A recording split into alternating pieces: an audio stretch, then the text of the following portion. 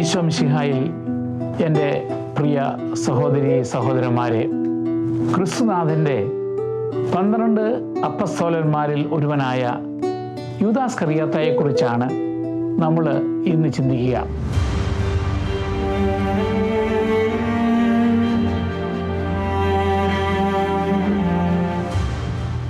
ഒറ്റുകാരനായ യൂദാസ് എന്നാണ് യൂദാസിനെ പറ്റി നമ്മൾ പറയുക. ഒരു അപ്പസ്തോലൻ അല്ലെങ്കിൽ ഒരു വിശുദ്ധനായ മനുഷ്യൻ എങ്ങനെ ക്രിസ്തുവിൻ്റെ കുരിശുമരണത്തിന് കാരണക്കാരനായി, പങ്കുകാരനായി, എങ്ങനെ ഒരു വിശുദ്ധൻ ഒരു ഗൗരവമായ പാപിയായി മാറി എന്നുള്ളതാണ് ഇന്ന് നമ്മൾ ചിന്തിക്കുക. മാത്രമല്ല, ഒരു തെറ്റ് ചെയ്തിട്ട് കർത്താവിനെ പറ്റി, കർത്താവിൻ്റെ വചനങ്ങൾ ശ്രവിച്ച് പഠിച്ച ഒരു അപ്പസ്തോലൻ എങ്ങനെ ആത്മഹത്യ ചെന്ന് അവസാനിച്ചു.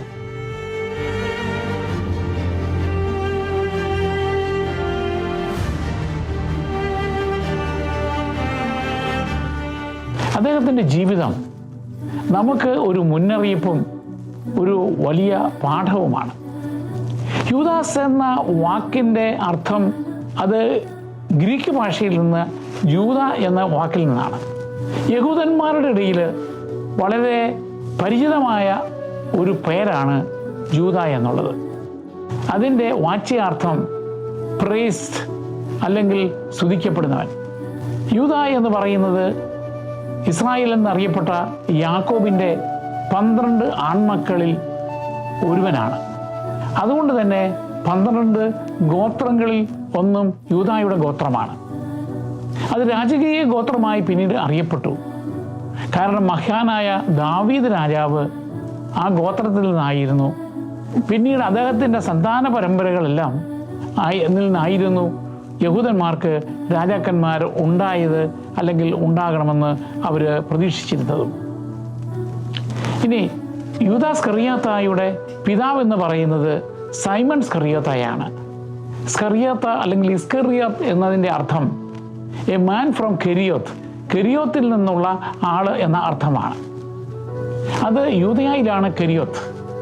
അതുകൊണ്ട് കർത്താവിൻ്റെ ബാക്കി ശിഷ്യന്മാരിൽ നിന്ന് വ്യത്യസ്തനായിട്ട് ബാക്കി 11 പേരും ഗലീലയിൽ നിന്നാണെങ്കിൽ യൂദാസ്കറിയാത്ത വന്നത് യൂദയായിൽ നിന്നാണ്. അതുകൊണ്ട് ജെറൂസലേമിലെ ആളുകളുമായിട്ട്, പ്രത്യേകിച്ച് യൂദയായിലെ ആളുകളുമായിട്ട് കൂടുതൽ കണക്ഷനുള്ള വ്യക്തിയാണ് യൂദാസ്കറിയാത്ത. യാഥാസ്ഥിതികരായ യഹൂദന്മാരിൽ നിന്ന് വ്യത്യസ്തനായിട്ട് ഈശോ പല വിപ്ലവകരമായ കാര്യങ്ങളും പഠിപ്പിക്കുമ്പോൾ അതിൽ യൂദാസ്കറിയാത്ത ആകർഷകനായിരിക്കണം. അതുകൊണ്ട് സാംസ്കാരികമായി മറ്റ് 11 അപ്പസ്തോലന്മാരിൽ നിന്ന് ഒരു വ്യത്യാസം യൂദാസ്കറിയാത്തയ്ക്ക് ഉണ്ടായിരുന്നു. യൂദാസിനെ എങ്ങനെയാണ് ഈശോ തിരഞ്ഞെടുത്തത് എന്ന് സുവിശേഷങ്ങളിൽ രേഖപ്പെടുത്തുന്നില്ല. എന്നാൽ 12 അപ്പസ്തോലന്മാരിൽ ഒരുവനായി ഈശോ യൂദാസിനെ തിരഞ്ഞെടുക്കുന്നു. അതുകൊണ്ട് തന്നെ ഒരു ക്രിസ്തു ശിഷ്യന് ഉണ്ടായിരിക്കേണ്ട സൽഗുണങ്ങളെല്ലാം ഈശോ യൂദാസിൽ കണ്ടിരുന്നു. മറ്റ് അപ്പസ്തോലന്മാർക്ക് കൊടുത്തിരുന്ന അതേ പരിശീലനം ഈശോ ഈ യൂദാസിനും കൊടുത്തിട്ടുണ്ടാകണം. മറ്റുള്ളവരെ പോലെ തന്നെ ഈശോ അദ്ദേഹത്തെയും അകമഴിഞ്ഞ് സ്നേഹിച്ചിരുന്നു. ഈശോയിൽ നിന്ന് നേരിട്ട് ഈശോയുടെ പ്രബോധനങ്ങൾ കേൾക്കുവാനും ഈശോ ചെയ്യുന്ന അത്ഭുതങ്ങൾ കാണുവാനും യൂദാസിന് അവസരം കിട്ടി.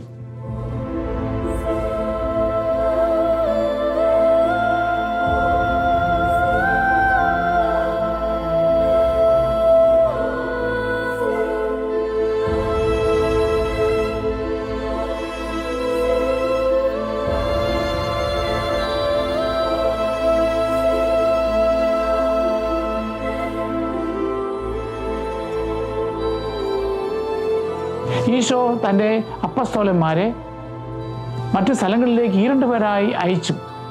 കർത്താവിൻ്റെ വചനം പ്രസംഗിക്കുവാനും അത്ഭുതങ്ങൾ പ്രവർത്തിച്ചുകൊണ്ട് ആളുകൾക്ക് ആശ്വാസം പകരുവാനും. അതിൽ പങ്കുകാരനായിക്കൊണ്ട് യൂദാസും ഈശോയുടെ നാമത്തിൽ വചനം പ്രഘോഷിക്കുകയും ഈശോയുടെ നാമത്തിൽ അത്ഭുതങ്ങൾ പ്രവർത്തിക്കുകയും ചെയ്തിട്ടുണ്ടാകണം. അപ്പസ്തോല ഗണത്തിലെ ഖജാഞ്ചിയായിരുന്നു യൂദാസ്കറിയാത്ത എന്ന് നമുക്കറിയാം. യോഹന്നാന്റെ സുവിശേഷം 12-ാം അധ്യായം 4 മുതൽ 6 വരെയുള്ള വാക്യങ്ങളിൽ പറയുന്നുണ്ട്, അദ്ദേഹം ഈ ക്രിസ്തുവിൻ്റെയും ശിഷ്യന്മാരുടെയും പണപ്പെട്ടിയിൽ നിന്ന് അവൻ്റെ സ്വന്തം കാര്യത്തിനു വേണ്ടി പണം അപഹരിക്കുന്ന സ്വഭാവം ഉണ്ടായിരുന്നുവെന്ന്. അതുകൊണ്ട് യൂദാസിൻ്റെ ഹൃദയത്തിൽ തിന്മ കൂടുകൂട്ടിയിരുന്നു. അതിനെ ആദ്യ ഘട്ടത്തിൽ തന്നെ നശിപ്പിക്കുന്നതിന് പകരം അവനതിനെ വളർത്തിയെടുക്കുകയാണ് ചെയ്തത്.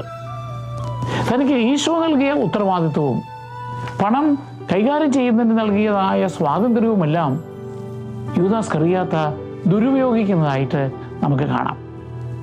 യോഹന്നാന്റെ സുവിശേഷം 12-ാം അധ്യായം 3 മുതൽ 6 വരെയുള്ള വാക്യങ്ങൾ നമ്മൾ കാണുന്നുണ്ട്. അതായത് ഈശോയുടെ പീഡാനുഭവത്തിനും കുരിശുമരണത്തിനും മുന്നോടിയായി അതറിയാതെ തന്നെ മറിയം ഈശോയുടെ പാദങ്ങൾ അവളുടെ കണ്ണീര് കൊണ്ട് കഴുകുകയും അതോടൊപ്പം തന്നെ ഈശോയുടെ കാൽപാദങ്ങളിൽ വളരെ വിലകേറിയ സുഗന്ധം പൂശുകയും അവളുടെ മുടി കൊണ്ട് അത് തുടയ്ക്കുകയും കാലുകൾ ചുംബിക്കുകയും ചെയ്യുമ്പോൾ യൂദാസ് ചോദിക്കുന്നൊരു ചോദ്യമുണ്ട്, ഇത്രയേറെ വിലകേറിയ സുഗന്ധം, ഒരു വർഷത്തെ ഒരാളുടെ കൂലി കിട്ടുന്ന അത്രയേറെ വലിയ തുക വിലപിടിപ്പുള്ള ഈ സുഗന്ധദ്രവ്യത്തിൻ്റെ സുഗന്ധം ഇവിടെ എല്ലാം പ്രസരിക്കുകയാണ്. എന്തുകൊണ്ട് ഇത് വിറ്റ് പാവങ്ങൾക്ക് കൊടുത്തുകൂടാ? അതിനുശേഷം സുവിശേഷകൻ രേഖപ്പെടുത്തുകയാണ്, അവനൊരു കള്ളനായിരുന്നതുകൊണ്ടും പണസഞ്ചി സൂക്ഷിക്കുന്നവനായിരുന്നതുകൊണ്ടും പാവങ്ങളെക്കുറിച്ച് പരിഗണനയില്ലാതിരുന്നത് കൊണ്ടും അതേസമയം അവൻ ഇതിൽ നിന്ന് പണം അപഹരിച്ചിരുന്നത് കൊണ്ടുമാണ് അവൻ കപട നാട്യം കാണിച്ചത്. അല്ലാതെ പാവങ്ങളോടുള്ള പരിഗണന കൊണ്ടല്ല, മറിച്ച് ഒരു കപട ഭക്തി, കപട സ്നേഹമാണ് യൂദാസ് ഇസ്കറിയോത്ത കാണിക്കുക. അതുവഴിയായിട്ട് അവൻ്റെ ആ കമൻ്റ് വഴിയായിട്ട് ഈശോയോട് സ്നേഹം കാണിച്ച, പരിഗണന കാണിച്ച ആ മറിയത്തെ പോലും അവൻ വേദനിപ്പിക്കുകയായിരുന്നു. അന്ത്യാത്താഴ വേളയിൽ ഈശോ മിശിഹ അപ്പമെടുത്ത് വാഴ്ത്തി തൻ്റെ ശിഷ്യന്മാർക്ക് നൽകിയ കൂട്ടത്തിൽ അന്ന് യൂദാസ് ഇസ്കറിയോത്തയ്ക്ക് നൽകുന്നുണ്ട്. അങ്ങനെ ഈശോയിൽ നിന്ന് നേരിട്ട് ആ കൂദാശ സ്വീകരിച്ചപ്പോഴും അയാളുടെ ഹൃദയം നിറയെ പാപത്തിൻ്റെ കറ നിറഞ്ഞിരുന്നത് കൊണ്ട് അവനെ വിശുദ്ധീകരിക്കുവാൻ അതിന് കഴിഞ്ഞിരുന്നില്ല. നമ്മളും പാപത്തോടുകൂടി വിശുദ്ധ കുർബാന സ്വീകരിച്ചാൽ നമ്മൾ അത് ശിക്ഷാവിധിക്കാണ് കാരണമാവുക, നേരെ മറിച്ച് നമ്മളെ വിശുദ്ധീകരിക്കുവാൻ കാരണമാകുന്നില്ല. യോഹന്നാന്റെ സുവിശേഷത്തിൽ ഈ യൂദാസ് ഇസ്കറിയോത്തയുടെ തിന്മയുടെ കാര്യങ്ങൾ ഈശോ മുൻകൂട്ടി സൂചിപ്പിക്കുന്നതായിട്ട് നമുക്ക് കാണുവാൻ സാധിക്കും. ഒരിക്കൽ ഈശോ പറഞ്ഞു, ഞാൻ സ്വർഗത്തിൽ നിന്ന് ഇറങ്ങി വന്ന ജീവനുള്ള അപ്പമാകുന്നു. ഈ അപ്പം ഭക്ഷിക്കുന്നവൻ എക്കാലവും ജീവിക്കും. എൻ്റെ ശരീരം ഭക്ഷിക്കുകയും എൻ്റെ രക്തം പാനം ചെയ്യുകയും ചെയ്യുന്നവന് നിത്യജീവനുണ്ട്. അങ്ങനെ എല്ലാം പഠിപ്പിക്കുമ്പോൾ അന്നത്തെ ശ്രോതാക്കൾക്ക്, ഈശോയുടെ ശിഷ്യന്മാർക്ക് അത് മനസ്സിലാക്കുവാൻ ക്ലേശകരമായി. കാരണം ഈശോ പരിശുദ്ധ കുർബാന എപ്പോഴും സ്ഥാപിച്ചിട്ടില്ല. അത് മനസ്സിലാക്കുവാൻ പ്രയാസം വന്നപ്പോൾ കർത്താവിൻ്റെ 12 അപ്പസ്തോലന്മാരൊഴികെയുള്ള ബാക്കി എല്ലാവരും ഈശോയെ വിട്ടുപോവുകയാണ്. അപ്പോൾ ഈശോ 12 പേരോടും ആയിട്ട് ചോദിക്കുന്നു, നിങ്ങളുടെ കാര്യം എന്താണ്? നിങ്ങളും പോകുന്നില്ലേ എന്ന് പറയുമ്പോൾ പത്രോസ് ശ്ലീഹ അതിന് മറുപടി പറയുന്നുണ്ട്, ഞങ്ങൾ എങ്ങോട്ട് പോകും? അങ്ങിലാണല്ലോ ജീവൻ്റെ വചസ്സുകളുള്ളതേ എന്ന്. ആ കൂട്ടത്തിൽ ഈശോ പറയുന്ന ഒരു മറുപടിയുണ്ട്, ഞാൻ നിങ്ങളെ 12 പേരെയല്ലേ തിരഞ്ഞെടുത്തത്, എന്നാൽ നിങ്ങളിൽ ഒരുവൻ പിശാചാണ്. യോഹന്നാൻ സുവിശേഷകൻ തുടർന്ന് പറയുകയാണ്, ശിമിയോൻ ഇസ്കറിയോത്തായുടെ മകനായ യൂദാസിനെ കുറിച്ചാണ് ഈശോ അത് പറഞ്ഞത്. കാരണം അവൻ ഈശോയെ ഒറ്റിക്കൊടുക്കുമെന്ന് ഈശോ മുൻകൂട്ടി അറിഞ്ഞിരുന്നു. യൂദാസിൻ്റെ മനസ്സിൽ പിശാച് കൂടുകൂട്ടി പ്രവർത്തിച്ചുകൊണ്ടിരിക്കുന്നുവെന്ന് ഈശോയ്ക്ക് അറിഞ്ഞിരുന്നു. അതുകൊണ്ട് തന്നെ ഈശോ പലപ്പോഴും അവന് മുന്നറിയിപ്പ് നൽകുന്നുണ്ട് യൂദാസിന്, അല്ലെങ്കിൽ ശിഷ്യഗണത്തിന്.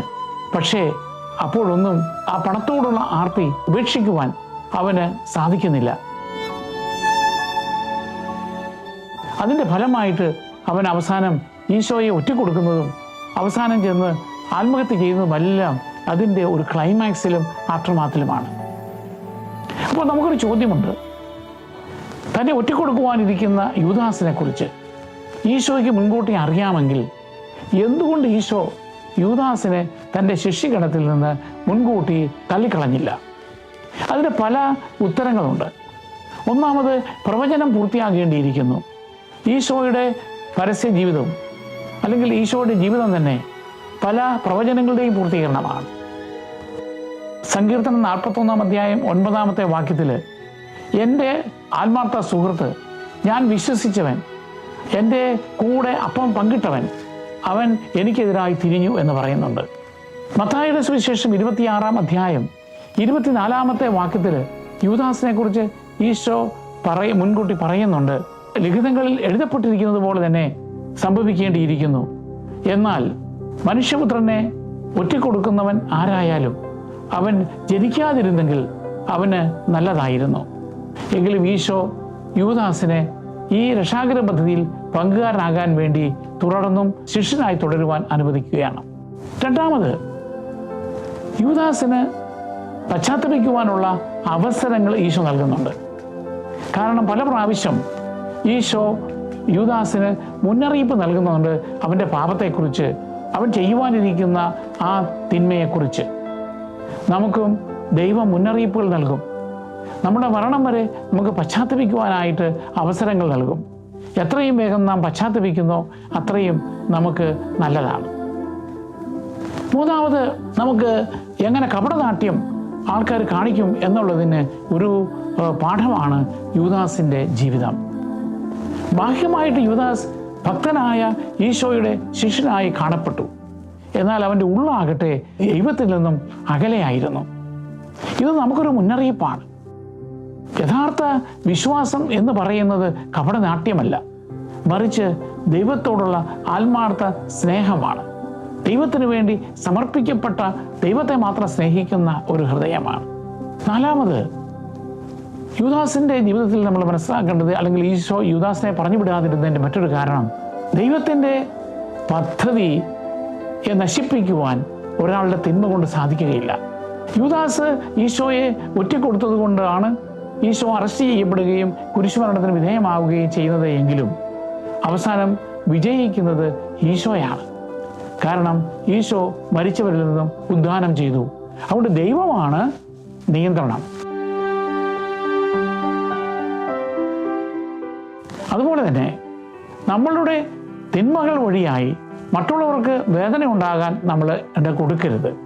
അതുവഴി നശിക്കുന്നത് ഒരുപക്ഷെ നമ്മൾ തന്നെയായിരിക്കും.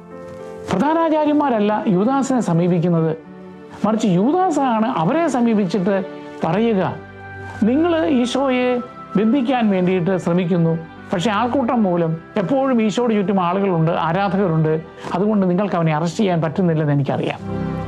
അതുകൊണ്ട് അവൻ ഒറ്റയ്ക്കായിരിക്കുന്ന സ്ഥലം ഞാൻ കാണിച്ചു തന്നാൽ നിങ്ങൾ എനിക്ക് എന്ത് തരും?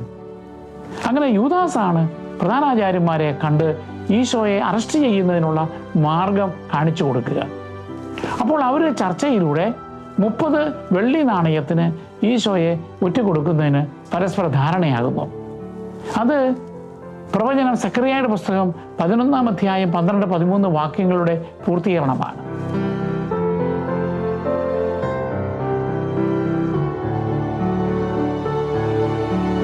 പുറപ്പാടിൻ്റെ പുസ്തകം 21 അധ്യായം 32 വാക്യത്തിൽ പറയുന്നുണ്ട്, ഒരു അടിമ അപകടത്തിൽപ്പെട്ട് കൊല്ലപ്പെടുകയാണ് എങ്കിൽ അതിൻ്റെ ഓണർ അത് ഓണർക്ക് കോമ്പൻസേഷൻ കൊടുക്കേണ്ടത് 30 വെള്ളി നാണയമാണ്. അതായത് ഒരു വിലപിടിപ്പില്ലാത്ത ഏറ്റവും താഴ്ന്ന ഒരു മനുഷ്യൻ്റെ വിലയാണ് 30 വെള്ളി നാണയം ആ ബൈബിൾ കാലഘട്ടത്തിൽ. അതുകൊണ്ട് ഈശോ ദൈവപുത്രനാണെങ്കിലും ഈശോയ്ക്ക് അവർ വില കൽപ്പിച്ചത് ഒരു അടിമയുടെ വിലയാണ്. സഭാ പ്രബോധകന്റെ പുസ്തകം 5 അധ്യായം 10 വാക്യത്തിൽ പറയുന്നുണ്ട്, ധനത്തെ സ്നേഹിക്കുന്നവൻ ഒരിക്കലും അവൻ്റെ വരുമാനത്തിൽ സംതൃപ്തനാവുകയില്ല. ഇതാണ് യൂദാസിൻ്റെ ജീവിതത്തിൽ നമ്മൾ കാണുന്നത് എങ്കിൽ നമ്മളിലും ഈ പണത്തോടുള്ള, ധനത്തോടുള്ള, സമ്പത്തിനോടുള്ള ആർത്തി കുടലെടുക്കുകയാണ് എങ്കിൽ നമ്മൾക്കും ആത്മീയമായ അന്ധത ബാധിക്കുകയും നമ്മളുടെ ആത്മീയമായ നാശത്തിനും മറ്റുള്ളവരോട് അനീതി കാണിക്കുന്നതിനും അവരുടെ വേദനകൾക്കും കാരണമായി തീരുകയും ചെയ്യും. അങ്ങനെ 30 വെള്ളി നാണയത്തിന് ഈശോയെ ഒറ്റിക്കൊടുക്കുവാൻ യൂദാസ് പ്രധാന പുരോഹിതന്മാരുമായി ധാരണയുണ്ടാക്കിയ ശേഷം ഈശോയെ എങ്ങനെ ഒറ്റിക്കൊടുക്കാം അതിനുള്ള അവസരം നോക്കി നടക്കുകയായിരുന്നു യൂദാസ്. ലൂക്കായുടെയും യോഹന്നാന്റെയും സുവിശേഷത്തിൽ രേഖപ്പെടുത്തുന്ന പ്രകാരം സാത്താൻ യൂദാസ് കറിയാത്തായുടെ ഹൃദയത്തിൽ കയറി നിയന്ത്രണം ഏറ്റെടുത്തിരിക്കുകയായിരുന്നു. ലൂക്കായുടെ സുവിശേഷം 22-ാം അധ്യായം 3-ാമത്തെ വാക്യത്തിൽ പറയുന്നുണ്ട്, യൂദാസിൻ്റെ ഹൃദയത്തിൽ സാത്താൻ പ്രവേശിച്ചുവെന്ന്. ഒരുപക്ഷെ ചിലർ പറയും, യൂദാസ് കാണുന്നുണ്ട് ഈശോയെ പലപ്പോഴായി യഹൂദന്മാർ അറസ്റ്റ് ചെയ്യാൻ ശ്രമിക്കുന്നു, പക്ഷേ ഈശോ രക്ഷപ്പെടുന്നു. ഈശോയെ കല്ലെറിഞ്ഞു കൊല്ലാൻ ശ്രമിക്കുന്നുണ്ട്, അപ്പോഴും തൻ്റെ സമയമാകാത്തത് കൊണ്ട് ഈശോ രക്ഷപ്പെടുന്നുണ്ട്. അപ്പോൾ അതുകൊണ്ട് താൻ ഒറ്റിക്കൊടുത്താൽ പോലും ഈ 30 വെള്ളി നാണയം തൻ്റെ കയ്യിലിരിക്കുകയും ചെയ്യും, ഈശോ രക്ഷപ്പെട്ടുകൊള്ളുകയും ചെയ്യും എന്നുള്ള ഒരു വിചാരത്തോടുകൂടി ആയിരിക്കണം യൂദാസ് അപ്രകാരം ചെയ്തത് എന്ന്. എന്നാൽ വിശുദ്ധ ഗ്രന്ഥം വ്യക്തമായി പറയുന്നുണ്ട് യൂദാസിൻ്റെ പ്രവർത്തന ഗൗരവമായ പാപം ആയിരുന്നുവെന്ന്. തൻ്റെ ഒറ്റുകാരനെക്കുറിച്ച് ഈശോ പറയുന്നുണ്ട് മത്തായിയുടെ സുവിശേഷം 26-ാം അധ്യായം 24-ാമത്തെ വാക്യത്തിൽ, മനുഷ്യപുത്രനെ ഒറ്റിക്കൊടുക്കുന്നവന് ശാപം, അവൻ ജനിക്കാതിരുന്നെങ്കിൽ അവന് നന്നായിരുന്നുവെന്ന്. അതുകൊണ്ട് യൂദാസ് ഒറ്റിക്കൊടുത്തത് എത്ര ഗൗരവമായ പാപമായിരുന്നുവെന്ന് ഈശോ തന്നെ വെളിവാക്കിയിട്ടുണ്ട്. അന്ത്യത്താഴ വേളയിൽ ഈശോ ആത്മാവിൽ അസ്വസ്ഥനായിരുന്നു. ഈശോ പറഞ്ഞു, ഈ 12 പേരിൽ ഒരുവൻ, നിങ്ങളിൽ ഒരുവൻ എന്നെ ഒറ്റിക്കൊടുക്കും എന്ന്. അത് പറഞ്ഞപ്പോൾ അപ്പസ്തോല ഗണം മുഴുവനും വളരെ സ്തബ്ധരായി. അവർക്ക് മനോവേദനയുണ്ടായി. നാഥ, അത് ഞാനാണോ എന്ന് ഓരോരുത്തരും ചോദിക്കുന്നുണ്ട്. അപ്പോൾ യൂദാസും പറഞ്ഞു, ഞാനല്ലല്ലോ ഗുരു എന്ന് പറയുമ്പോൾ ഈശോ പറയുന്നത്, നീ അപ്രകാരം പറഞ്ഞല്ലോ എന്നാണ്. മത്തായിയുടെ സുവിശേഷം 26-ാമത്തെ അധ്യായം 25-ാമത്തെ വാക്യത്തിൽ. അതുപോലെ തന്നെ യോഹന്നാന്റെ സുവിശേഷത്തിൽ പറയുന്നുണ്ട്, ഈശോ താൻ വാഴ്ത്തിയ അപ്പം എടുത്ത് തിരുരക്തത്തിൽ മുക്കിയിട്ട് അവന് നൽകുകയാണ്. എന്നിട്ട് ഈശോ യൂദാസിനോട് പറഞ്ഞു, നീ നിന്റെ ദൗത്യം നിർവഹിച്ചു കൊള്ളുക എന്ന്. യോഹന്നാന്റെ സുവിശേഷം 13-ാം അധ്യായം 21 മുതൽ 30 വരെയുള്ള വാക്യങ്ങൾ നമ്മൾ കാണുന്നുണ്ട്. ഈശോ അപ്പോഴും അവന് അപ്പം പങ്കുവെക്കുന്നുണ്ട്. അപ്പോഴാണ് സാത്താൻ അവൻ്റെ ഹൃദയത്തിൽ പ്രവേശിക്കുക. അപ്പോഴും ഈശോ യൂദാസിനെ തള്ളി പറയുന്നില്ല, അവിടെ നിന്നും ഇറക്കി വിടുന്നില്ല. ഗെത്സമൻ തോട്ടത്തിൽ ആയിരിക്കുന്ന അവസരത്തിൽ യൂദാസ് പോയി പട്ടാളക്കാരെയും കൂട്ടി വരികയാണ്. അവിടെ കൃത്രിമമായിട്ട് ഈശോയോട് സ്നേഹം പ്രകടിപ്പിച്ചുകൊണ്ട് ഈശോയെ ചുംബിച്ച് അഭിവാദനം ചെയ്യുന്ന അവസരത്തിൽ ഈശോ യൂദാസിനോട് പറയുന്നത് സുഹൃത്ത് എന്ന അഭിസംബോധനയോടുകൂടിയാണ്. മത്തായിയുടെ സുവിശേഷം 26-ാം അധ്യായം 50-ാമത്തെ വാക്യത്തിൽ യൂദാസ് ആകട്ടെ ഈശോയെ ചുംബിച്ചുകൊണ്ട് ഒറ്റിക്കൊടുക്കുമ്പോഴും ഈശോ അതിന് അനുവദിക്കുകയാണ്. ഈശോ അപ്പോഴും യൂദാസിനെ കുറ്റപ്പെടുത്തുന്നില്ല. നമ്മളുടെ അത്യാഗ്രഹം അത് ഒരു അസുഖമാണ്, അത് ഒരു അഡിക്ഷനാണ്, ഒരു തഴക്കദോഷമാണ്. ഈ തഴക്കദോഷത്തെ തുടക്കത്തിൽ തന്നെ നമ്മൾ ഒഴിവാക്കിയില്ല എങ്കിൽ അത് വളർന്ന് പന്തലിച്ച് നമ്മളെ കീഴടക്കും. അതിനുശേഷം അതിൽ നിന്നും നമുക്ക് പിന്തിരിയാൻ പറ്റാത്ത ഒരു അവസ്ഥയിലേക്ക് നമ്മൾ ചെന്നെത്തുകയും ചെയ്യും. ഒറ്റുകാരനായ യൂദാസ് ഈശോയെ ഒറ്റിക്കൊടുത്ത ശേഷം അവൻ പശ്ചാത്തപിക്കുന്നതായി പറയുന്നുണ്ട്. അവന് മത്തായിയുടെ സുവിശേഷത്തിൽ നാം വായിക്കുന്നു, അവൻ ആ 12 വെള്ളി നാണയങ്ങൾ പ്രധാന പുരോഹിതന്മാരുടെയും മൂപ്പന്മാരുടെയും അടുക്കൽ കൊണ്ടുവന്നിട്ട് പറയുന്നുണ്ട്, ഞാൻ പാപം ചെയ്തു പോയി, നിഷ്കളങ്കനായ അവൻ്റെ രക്തം ഞാൻ ഒറ്റിക്കൊടുത്തുവെന്ന്. അങ്ങനെ അവന് തന്നെ ബോധ്യമായി ഈശോ നിഷ്കളങ്കനാണെന്നും അതോടൊപ്പം തന്നെ താൻ പാപിയാണെന്നും താൻ ചെയ്തതൊരു ഒറ്റിക്കൊടുക്കലായിരുന്നുവെന്നും. അതുകൊണ്ടാണ് അയാൾ ആ വെള്ളി നാണയം താൻ തനിക്ക് തന്നെ ഉപയോഗിക്കാതെ അത് തിരിച്ചു കൊടുക്കാൻ ശ്രമിക്കുമ്പോൾ പ്രധാന പുരോഹിതന്മാർ അത് വാങ്ങിക്കാതെ വരുമ്പോൾ അത് ദേവാലയത്തിലേക്ക് വലിച്ചെറിഞ്ഞിട്ട് പോയി തൂങ്ങിച്ചാകുന്നത്. അതുകൊണ്ട് അവന് കുറ്റബോധമുണ്ടാകുന്നുണ്ട്. അവന് ദൈവത്തിലേക്ക് തിരിച്ചെത്തുവാൻ പറ്റാത്ത വിധം സാത്താൻ അവരെ നിയന്ത്രണം ഏറ്റെടുത്തിരുന്നു. അതുകൊണ്ടാണ് നമ്മളിൽ പാപം കൊടികുത്തി വാഴുന്നതിന് മുൻപ് തന്നെ ദൈവത്തെങ്കിലേക്ക് നാം പിന്തിരിഞ്ഞില്ലെങ്കിൽ ദൈവത്തെങ്കിലേക്ക് തിരിയുവാൻ സാത്താൻ പിന്നെ നമ്മളെ അനുവദിക്കുകയില്ല. അപ്പസ്തോല പ്രവർത്തനത്തിൻ്റെ 1-ാം അധ്യായം 18 മുതൽ 19 വരെയുള്ള വാക്യങ്ങളിൽ അവൻ തലകീഴായി വീണ് അവൻ്റെ മാറിടം പൊട്ടിപ്പുളർന്നുവെന്ന് പറയുന്നുണ്ട്. അക്കൽദാമ അല്ലെങ്കിൽ രക്തത്തിൻ്റെ പറമ്പ് എന്ന് പിന്നീട് ആ സ്ഥലം അറിയപ്പെടുന്നുണ്ട്. അപ്പസ്തോല പ്രവർത്തനത്തിൻ്റെ 1-ാം അധ്യായം 15 മുതൽ 20 വരെയുള്ള വാക്യങ്ങളിൽ പത്രോസ് ശ്ലീഹ യൂദാസ്കറിയാത്തായുടെ ആ അന്ത്യത്തെക്കുറിച്ച് പരാമർശിക്കുന്നുണ്ട്. അദ്ദേഹം പറയുന്നത് വിശുദ്ധ ഗ്രന്ഥത്തിൻ്റെ ഇത് മുൻകൂട്ടി കണ്ടിരുന്നു, ആ പ്രവചനങ്ങൾ പൂർത്തിയാകുന്നതിനാണ് ഇപ്രകാരം സംഭവിച്ചത് എന്ന്. അതുകൊണ്ട് അപ്പസ്തോല ഗണത്തിൻ്റെ 12 എന്നുള്ള ആ നമ്പർ കീപ്പപ്പ് ചെയ്യുവാൻ വേണ്ടി പത്രോസിൻ്റെ നേതൃത്വത്തിൽ ശിഷ്യഗണങ്ങൾ മത്തിയാസിനെ പകരം തിരഞ്ഞെടുക്കുന്നുണ്ട്. യൂദാസിൻ്റെ അന്ത്യത്തെക്കുറിച്ച് പല പാരമ്പര്യങ്ങളും ചില ലിഖിതങ്ങളുമൊക്കെ ഉണ്ട്. മിഡീവൽ കാലഘട്ടത്തിൽ അല്ലെങ്കിൽ ആദിമ കാലഘട്ടത്തിലുമൊക്കെ എഴുതപ്പെട്ട ചില ഗ്രന്ഥങ്ങളോ പാരമ്പര്യങ്ങളോ ഉണ്ട്. അത് പലതും സഭ അംഗീകരിക്കുന്നതല്ല. ഒരു ഗ്നോസ്റ്റിക് സെക്ട്, അവരുടെ കെയ്നൈറ്റ്സ് എന്ന് പറയുന്ന ഒരു വിഭാഗം യൂദാസിനെ ആദരിച്ചിരുന്നു. അവർ പഠിപ്പിച്ചത് അല്ലെങ്കിൽ അവർ ചിന്തിച്ചത് ഇതാണ്: യൂദാസിൻ്റെ ഒറ്റക്കൊടുക്കലാണ് ഈശോയുടെ രക്ഷാകര പദ്ധതി പൂർത്തിയാക്കുവാൻ സഹായകമായത്. അതുകൊണ്ട് യൂദാസിന് അങ്ങനെ ഒരു റോള് വേണ്ടതായിരുന്നു എന്നാണ്. അങ്ങനെ തലകീഴായിട്ടുള്ള ഒരു ദൈവശാസ്ത്രം അത് പറയുന്നത് യൂദാസിനോടും നമ്മൾ നന്ദിയുള്ളവരായിരിക്കണം, കാരണം അത് ഈശോയുടെ കുരിശുമരണത്തിന് കാരണമായി എന്നാണ്. അവർ വിശ്വാസത്തിൽ ഒരു ഹീറോയായിട്ടാണ് യൂദാസിനെ അവതരിപ്പിക്കുക. 2-ാം നൂറ്റാണ്ടിൽ എഴുതപ്പെട്ട യൂദാസിൻ്റെ സുവിശേഷം എന്നറിയപ്പെടുന്ന ഒരു ഗ്നോസ്റ്റിക് ഗ്രന്ഥമുണ്ട്. അത് 21-ാമത്തെ നൂറ്റാണ്ടിൽ കണ്ടെത്തുകയും അത് പ്രസിദ്ധീകരിക്കുകയും ചെയ്തു. അതിൻ പ്രകാരം ഈശോ യൂദാസും തമ്മിലുള്ള ഒരു ധാരണയിലാണ് ഈശോയുടെ ആ മിഷൻ പൂർത്തീകരിക്കാൻ വേണ്ടിയിട്ടാണ് യൂദാസിനെ ഈശോ അപ്രകാരം അനുവദിച്ചത് എന്ന്. എന്നാൽ ഇങ്ങനെയുള്ള വ്യാഖ്യാനങ്ങളെല്ലാം സഭ നിരാകരിക്കുകയാണ്. കാരണം കാനോനിക ഗ്രന്ഥങ്ങളിൽ, സുവിശേഷങ്ങളിൽ രേഖപ്പെടുത്തപ്പെട്ടിരിക്കുന്നതിന് വിരുദ്ധമായിട്ടാണ് ഇങ്ങനെയുള്ള ലിഖിതങ്ങളും അല്ലെങ്കിൽ അങ്ങനെയുള്ള തെറ്റായ പ്രബോധനങ്ങളും നടക്കുക. കാരണം വിശുദ്ധ ഗ്രന്ഥം അവയാളെ ഒരു വഞ്ചകനായിട്ടും ഒരു തിന്മയുടെ പ്രതീകമായിട്ടുമാണ് അവതരിപ്പിക്കുക. 3-ാം നൂറ്റാണ്ടിലെ ഒരു ക്രൈസ്തവ എഴുത്തുകാരനായ ഒറിയൻ അദ്ദേഹം പറയുക, ഒരുപക്ഷെ യൂദാസ് ആത്മഹത്യ ചെയ്തത് എത്രയും വേഗം സ്വർഗത്തിൽ ചെന്ന് ഈശോയുടെ അടുക്കൽ ചെന്ന് മാപ്പപേക്ഷിക്കാനാണെന്നാണ്. അതുപോലെ തന്നെ ചില ക്രൈസ്തവ സാഹിത്യങ്ങളിലും കലകളിലുമൊക്കെ ക്ലാസിക്കലായിട്ടുള്ളതിലൊക്കെ യൂദാസിനെ ഒരു വലിയ പരാജിതനായിട്ടാണ് ചിത്രീകരിക്കുക. ഇപ്രകാരമാണെങ്കിലും കത്തോലിക്ക സഭയുടെ പ്രതികരണം എന്താണ് എന്ന് നമുക്ക് നോക്കാം. ധാർമ്മികമായ ഒരു പതനത്തിൻ്റെ പ്രതീകമായിട്ടാണ് യൂദാസിനെ കത്തോലിക്ക സഭ കാണുക. എന്നാൽ യൂദാസിൻ്റെ മരണാനന്തര വിധിയെക്കുറിച്ച് കത്തോലിക്ക സഭ പറയുക, അതിൻ്റെ ഒരു അന്തിമ വിധി എന്ന് പറയുന്നത് ദൈവത്തിനുള്ളതാണ്, അവനെ വിധിക്കാൻ നമ്മൾ ആരും അല്ല. എന്നാൽ ക്രൈസ്തവ പാരമ്പര്യങ്ങളിൽ യൂദാസ് നിത്യമായ ശിക്ഷയ്ക്ക് അർഹനായാണ് എന്ന് വിശ്വസിച്ചു പോരുന്നു. കാരണം അവൻ പശ്ചാത്തപിക്കാതെ ഗൗരവമായ പാപത്തോടു കൂടിയാണ് മരിക്കുന്നത്.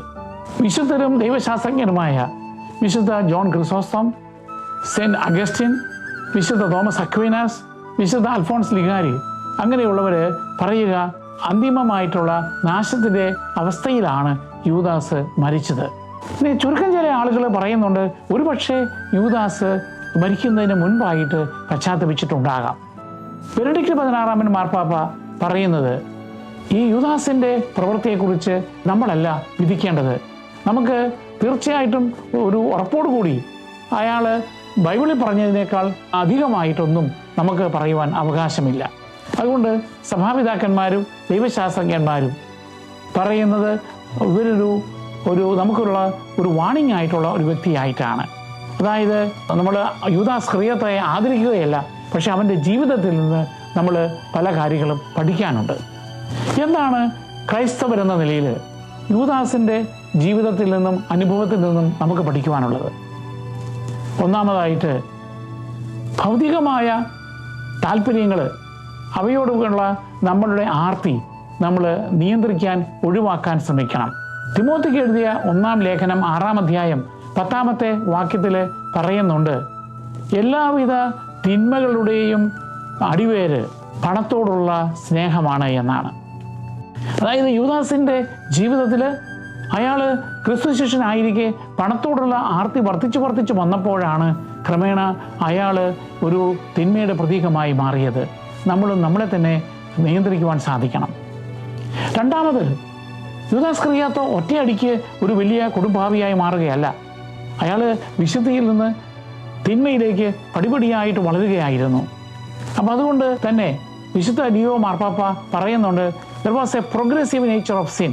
പാപത്തിൻ്റെ പടിപടിയായിട്ടുള്ള ഒരു വളർച്ച നമുക്ക് യൂദാസിലെ കണ്ടെത്തുവാൻ സാധിക്കും. അതുകൊണ്ട് തിന്മ എന്ന് പറയുന്നത് ഒരു ധാന്യത്തിൽ നിന്ന് ഒരു വിത്തിൽ നിന്ന് പൊട്ടി വിടർന്ന് ഒരു ചെറിയ ചെടിയായി വളർന്ന് അത് വലിയ മരമായി വൗനമാകുന്ന പറിച്ചു കളയാൻ പറ്റാത്ത രീതിയിലുള്ള വലിയ വൻ മരമായി മാറുന്നത് പോലെയാണ്. അത് പിന്നീട് നമുക്ക് ആർക്കും എടുത്ത് നശിപ്പിക്കുവാൻ സാധിക്കാത്ത രീതിയിൽ വരും. അതുകൊണ്ട് നമ്മളിലെ തിന്മ വളർന്ന് വലുതായി നമ്മളെ തന്നെ നിയന്ത്രിക്കുകയും നശിപ്പിക്കുകയും ചെയ്ത അവസ്ഥയിലേക്ക് വരുന്നതിന് മുമ്പ് നമ്മളതിനെ നിയന്ത്രിക്കണം. നമ്മളുടെ ചില തഴക്കദോഷങ്ങൾ, അത് മദ്യപാനമാകാം, ഡ്രഗ്സ് ആകാം, മറ്റുള്ളവരോട് അനീതി പ്രവർത്തിക്കുന്നതാകാം, മോഷണമാകാം, ലൈംഗികമായ അധാർമികതയാകാം, അതൊക്കെ ആദ്യകാലത്തിൽ തന്നെ നിയന്ത്രിച്ചില്ല എങ്കിൽ അവ നമ്മളെ കീഴടക്കുകയും നമ്മളെയും നശിപ്പിക്കുകയും മറ്റുള്ളവർക്ക് ദാരുണമായ വിഷമങ്ങളിലേക്ക് നയിക്കുകയും ചെയ്യും. തീ ആളി പടരുന്നതിന് മുമ്പ് കെടുത്തുക എന്ന് പറയുന്നത് പോലെയാണിത്. അതുകൊണ്ട് നീ എത്ര നീതിമാനും തിന്മയിലേക്ക് ചായുവാനും ആ തിന്മ അവനെ നശിപ്പിക്കുവാനും കാരണമാകാം. മൂന്നാമത്, യൂദാസിൻ്റെ ജീവിതത്തിൽ നമ്മൾ പഠിക്കേണ്ടത് ദൈവത്തിൻ്റെ കരുണയെക്കുറിച്ചാണ്. പക്ഷേ അതിനുവേണ്ടി നമ്മൾ നീട്ടിക്കൊണ്ടു പോകരുത്. എത്രയും വേഗം നമ്മൾ ദൈവത്തിൻ്റെ കരുണ യാചിക്കുകയും സ്വയം തിരുത്തുകയും ചെയ്യണം. യൂദാസ് അതിന് സാധിക്കാതെ വന്നപ്പോൾ അയാൾ നൈരാശ്യത്തിലേക്ക് വിട്ടു. അയാൾ ആത്മഹത്യക്ക് പ്രേരകമായി തീർന്നു. അതുകൊണ്ടാണ് സഭ കൂടെ നമ്മൾ അനുരഞ്ജന കൂദാശ അല്ലെങ്കിൽ കുമ്പസാരത്തിലൂടെ നമ്മുടെ ജീവിതത്തെ നവീകരിക്കണമെന്നും നമ്മുടെ ഹൃദയത്തെ കഠിനമാക്കരുതെന്നും പറയുക.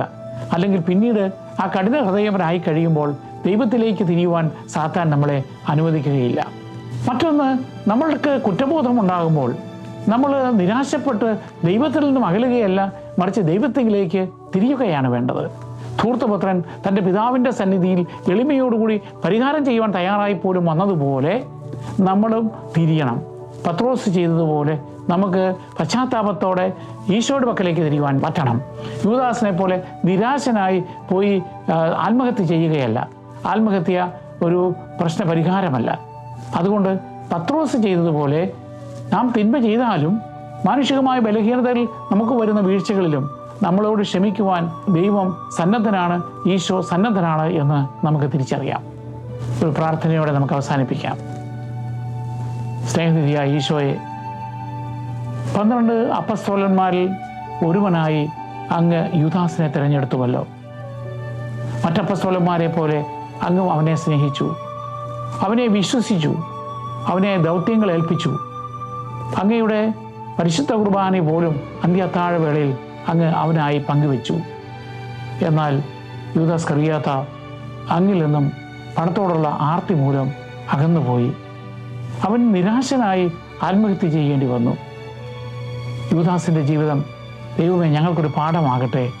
ഞങ്ങളുടെ ഹൃദയം തിന്മ കൊണ്ട് നിറയാതെ, ധനത്തോടുള്ള, സമ്പത്തിനോടുള്ള, ഭൗതികതയോടുള്ള സ്നേഹത്താൽ നിറയാതെ, അങ്ങയോടുള്ള സ്നേഹത്താൽ, അങ്ങയോടുള്ള സ്നേഹത്തിൻ്റെ തീക്ഷ്ണതയാൽ നിറയുവാൻ അങ്ങ് ഞങ്ങളെ സഹായിക്കണമേ. പാപം ഞങ്ങളെ ഒരിക്കലും അങ്ങിൽ നിന്നും അകറ്റുവാൻ ഇടയാക്കരുതേ.